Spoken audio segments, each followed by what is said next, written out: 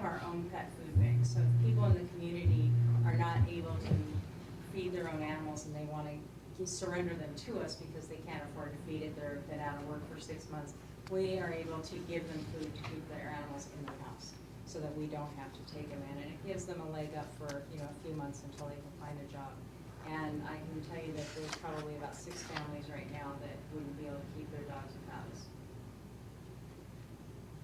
So we just talked about all these programs, and the programs cost money. So this is a little bit about our income.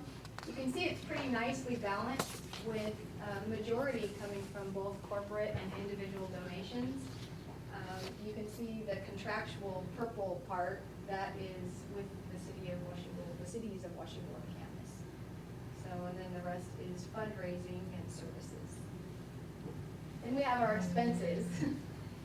You can see on the right, the $71,000, this is for 2009, I should mention, but the majority of our expenses are in medical bills, and that's one thing that does set us aside from other traditional shelters, is that we do give every animal that has a chance, we like to give them an equal chance and an equal opportunity to get rehabilitated, get that medical treatment that they need, and then find a loving home in the community. So we take each animal and evaluate it on an individual basis and say, okay, this dog needs a knee surgery, it's gonna cost $900, but in the end, is the dog gonna be a healthy dog that can have a quality life with a family? And if the answer is yes, then we go ahead and do that instead of euthanizing. So that's kind of where we are set different from traditional shelters. And then the rest is in there. The $30,000 is our vital employee portion with those 3 part-time employees that I mentioned before. And I should just mention that having employees is really important, and I talked a little bit to Chuck, who's the director of Southwest Washington Humane Society, and he was mentioning, he said, there's just some things you can't ask your volunteers to do. So he has, of course, a lot of full-time employees, but he just said they're definitely vital. So, and we're lucky enough to have Christy as one of them. We have a lot of fundraising efforts that we participate in. 3 years ago, there was nothing. There were no outside fundraising efforts other than some small garage sales and little bake sales and things like that. Starting 3 years ago, we stepped up to the plate and we started with our annual dinner auction that some of you have been to, and we thank you for that.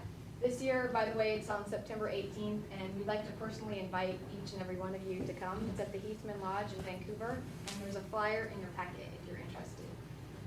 But the annual things that we have now are the Hike on the Dike. We're in the 2nd year. We've completed the 2nd year. Pins for Pets started this year, and that's a bowling event that runs for us. Garage sales, we have 2.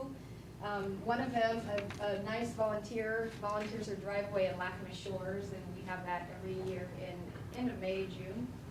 Camas Canine Classic runs through the help of Naturally Healthy Pet, a business in Camas. And then additional fundraisers, you can see up there, craft sales, raffles, and then the newsletter, which goes out, and the newsletter tends to bring in some donations. So, these are the grants we've applied for in the past few years. We've really tried to step up our grant writing because we know that that's the way that nonprofits pretty much function. And I'm not going to read them, but you can see that they're for different programs. And one thing to note about grants, aside from you don't get everyone that you apply for, is they are for specific programs. So if you write for, let's say, trap, neuter, release, and we get that money, then we can only spend it on the trap, neuter, release program, which I'm sure everybody knows. But. And then this just describes the grants we've received for the past 3 years.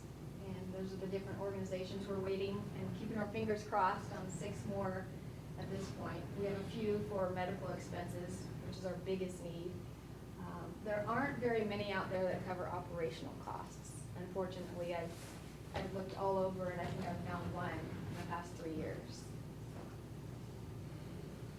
And then I'm going to let Christy talk a little bit about these numbers, the intakes and adoptions. You can see throughout the years it's pretty much stayed the same. Now 2010, of course, we're only 8 months into it, so we don't have the full data for that. Kind of in 2008, 197 dogs were brought in, 152 were returned to their owners, and 40 we took possession of. 2009, 147, 107 were returned to their owners, 38 we took possession of, and we've readopted them out, found them new homes. Throughout West Columbia Gorge, all around between cats and dogs, the numbers are staggering. I mean, they're a lot bigger for our community. Adoptions do pretty well as far as cats and dogs go. In 2008, 88 dogs out of the 321. 2009, 96 dogs out of the 321, and so far this year, 53. The feral cats that we've tracked, these are through our TNR programs, and even though the numbers there look small to you, to consider how many kittens that these cats can produce year after year after year. Like she was staying with her Stanford, I just did a paper for school, and they were saying that a mating pair over 7 years can produce 421,000 cats. So that's at least some we've saved from reproducing and living wild in Washington.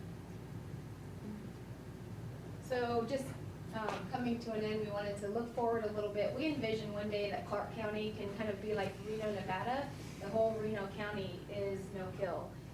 And so we would like to have Clark County sort of mimic that and not have to resort to euthanasia as a means of controlling a pet overpopulation issue. It's kind of it's a forefront right now in the nation, but there are different programs that say this model can work, definitely. It's a little bit more work and it costs a little bit more, but it definitely can work. And then these are our plans and goals for the future. We'd like to have a low-cost spay and neuter clinic. In fact, I've written a grant for that, and we're still crossing our fingers. We haven't heard back yet, but we have a lot of the medical equipment ready to go. We have veterinarians on board with us, ready to donate their time. And as soon as we get the ending funds for that clinic, we can get it up and running and help people that need that help that wouldn't otherwise spay and neuter their pets do so.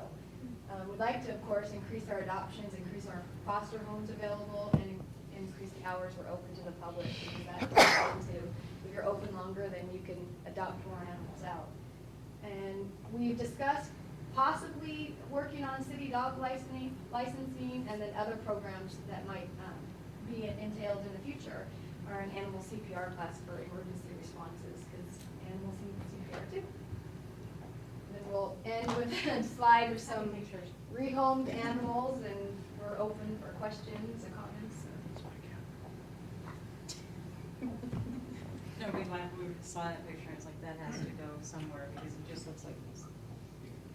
He is the cat. He owns the place. Questions from council? Just a question for you. I know that you've been CCing me on emails regarding price comparisons, and how is that going?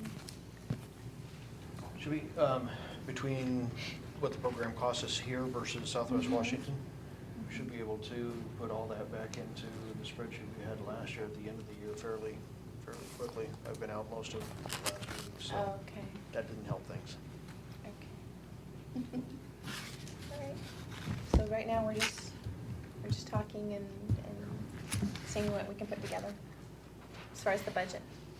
Yeah, both of these presentations and the one from the Social Services Center was really meant to make sure that we had the folks coming in that receive dollars from us, so that you can answer any questions prior to getting into the budget session of where those dollars are used and how they're used. And